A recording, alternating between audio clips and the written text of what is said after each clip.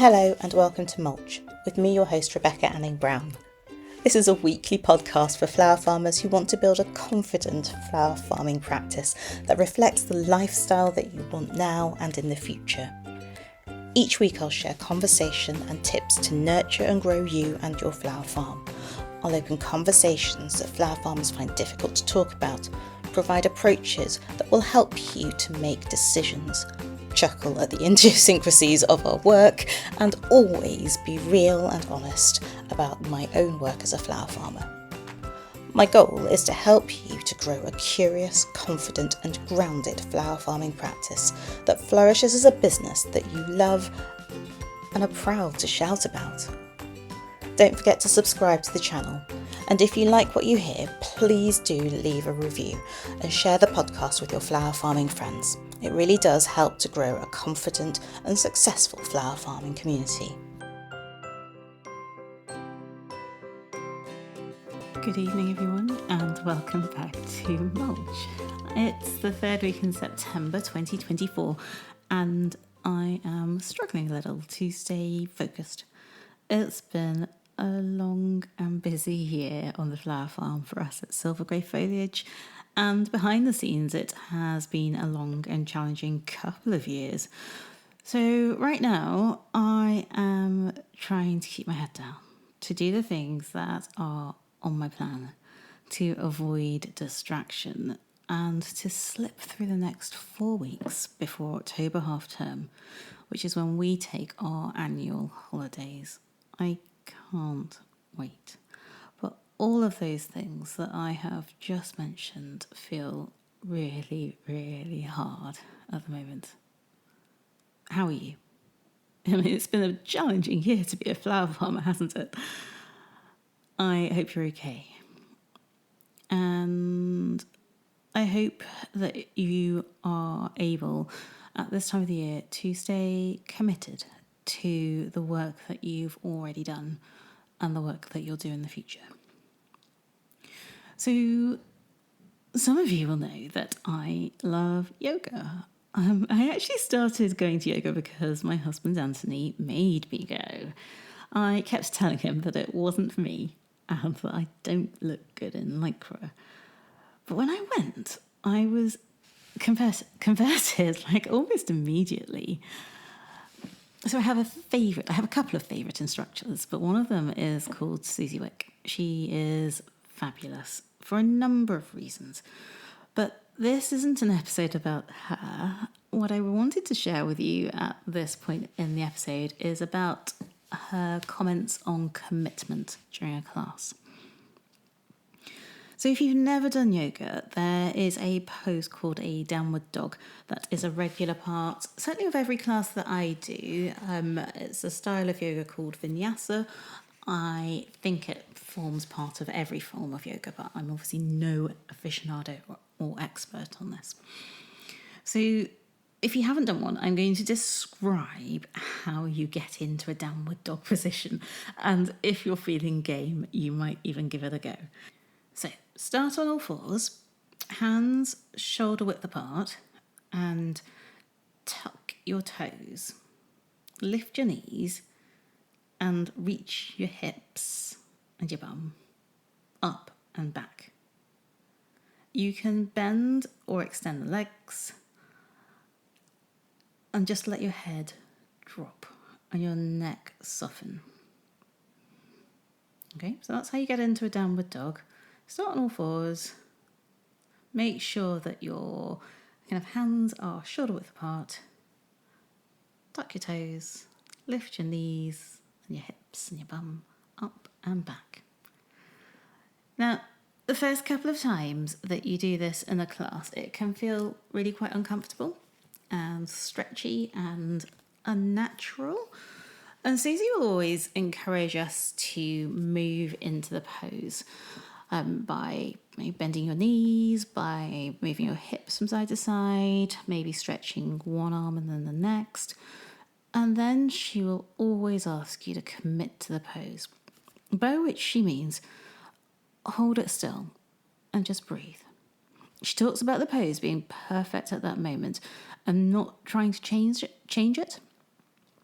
As the class moves on, it gets easier to do this because your body warms up and your breathing forms a steady rhythm. There also comes a point in the class where a downward dog feels like a rest that you can really soften into and relax. The thing about yoga is that the classes always follow a similar pattern. So by the time I feel restful and soft and comfortable in a downward dog, it is almost time for the end of the class. I'm never ready for the end of the class, never. I always want the class to go on for just a little bit longer. I just want the now familiar flow routine to keep going, to keep repeating, just for a little bit longer. And for me, that is the hardest part of the class. Because the practice of yoga is in part about learning to stay in the present, not worrying about past things that you can't change, and not over-planning or becoming anxious about the things that we actually cannot control or predict in the future. However, when I know that the class is coming to an end, it's so hard to keep my head in the room and for it not to wander to what's happening after class or at home with my family or the lists of things that are endlessly growing and going around in my mind. So I used to find the end of a yoga class a bit like torture because the end of a class is called Shavasana. It's when you lie in your position of choice, and literally translated, Shavasana means corpse pose. So mostly people lay on their backs with their arms at their sides and their palms facing upwards. It's a position of peace and gratitude at the end of your practice. You are asked to allow your body and your brain to rest without thinking. It's a reward. It's a thank you to your body and your mind for working so hard and for supporting you through everything that you do. Despite this intention, I used to find this so hard. My mind usually races with ideas and thoughts and worries, and I'm trained to think, to review, to reflect, to constantly be on the go. But with practice, it has become easier. So what on earth does all of this have to do with flower farming? I can hear you asking, Rebecca, this is not a yoga program. The thing about nature is that it's a bit like yoga. There comes a point in a season when you want it to keep on going. You know, you want those daffodils to go on forever. You want ranunculus to be the eternally productive flower, even though they prefer cool weather. You want cosmos and those kind of flouncy white summery petals to live long. But you know that the season is coming to an end. And nothing that you can do can stop the day length from changing or the temperature from rising or falling. I'm not a lover of winter, so this time of year, as summer literally races into autumn, for me is the hardest transition because I know that winter's coming. And when I look around on social media, I wonder if this might be true for you too. Because nature, certainly in Leeds, is saying, time out, enough. It's saying, crack on and prepare the bunkers so that you're ready for winter. And yet, given the challenges of the season, some things are only just thinking about getting into their stride. I read such a sad tale of a grower whose dahlias had literally just got into their stride when last week's very, very early frost hit most of us. The frustration and pain was palpable through my phone screen. I could feel it, and I could literally hear through the story that she told the yearning to have just another month of flowers that she knew just wasn't going to happen. If that grower is listening, I really want to say to you that you've done better than me. Because my dahlia this year have been a complete flopple. If I've cut 30, I'm lucky, and I'm really grateful for the investment that we've put into perennials around the field so that we have focals all season.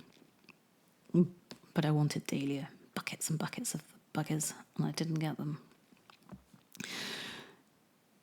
It's just like that point in the class. Okay, so this point in late summer, moving into autumn, is like that point in the class when I feel comfortable in a downward dog. I don't want the class to end. And I know, I can hear it, I can see it, that that's how many flower farmers are feeling. So what I really wanted to share with you now is the things that happen in this final part of the flower season, the final part of summer and the beginning part of autumn, before we reach the Shavasana of winter, when nature forces our ground, our plants and us to rest. For those of you with flowers, keep cutting them and selling them. Absolutely, keep cutting them and selling them. However, whether you have flowers or not, there are things that you can do now in the present that are amazing preparation for next spring and mean that your rest over winter will be genuine and complete. So ideas include, but are not limited to, clearing beds, mulching beds, finding lost tools, cleaning and packing away tools for winter, making a note of new tools that you need to buy for winter, turning compost heaps, direct sowing, things like calendula, larkspur, nigella,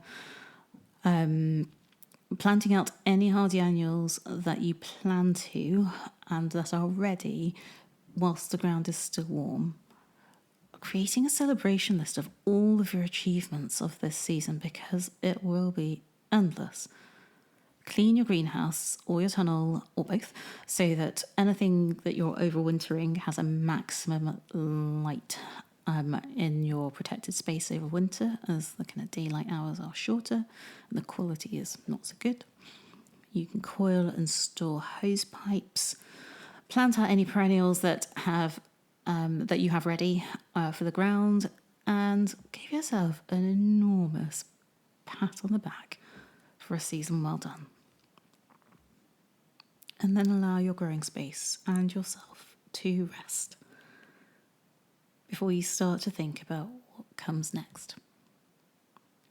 Finally, set yourself a deadline for that period of rest and observe it wholeheartedly. For me, that deadline is October half term, and every single ounce of my energy is holding my reins firm until it comes and I can truly just let go. So this is how I plan to keep myself focused on the season and my head here rather than in the future. And I hope that this is something that will be able to help you. Because much as I would love to, I can't do spring before it comes. But what I can do now will help me when it does. I really hope this is helpful for some or all of you as you think about and prepare for the next few weeks. The only notice that I have to share this week is that the 3rd edition of the Flower Farmers Planner is now available to pre-order. You can do that on our website, which is silvergreyfoliage.com, and there's a link in the show notes. Courses for November and January are available to book. I'll be talking about those more next week, but there's loads of information on our website. So wherever you are listening, I hope that you're well. I'll be back next week with another episode of Mulch, and as ever, I will be talking about flower farming in practice. Rebecca. Thank you for listening to Mulch. I hope that you found it useful. To find the show notes, head back to our website where you'll find links to all the things that I've been talking about in today's episode. If you're on Instagram, you can find us at silvergreyfoliage. I would appreciate it so much if you were able to share this episode in your Instagram stories. And if you are able to leave a review, it really will help more people to get on and grow. I'll be back with you next Monday to talk about more flower farming in practice. Rebecca.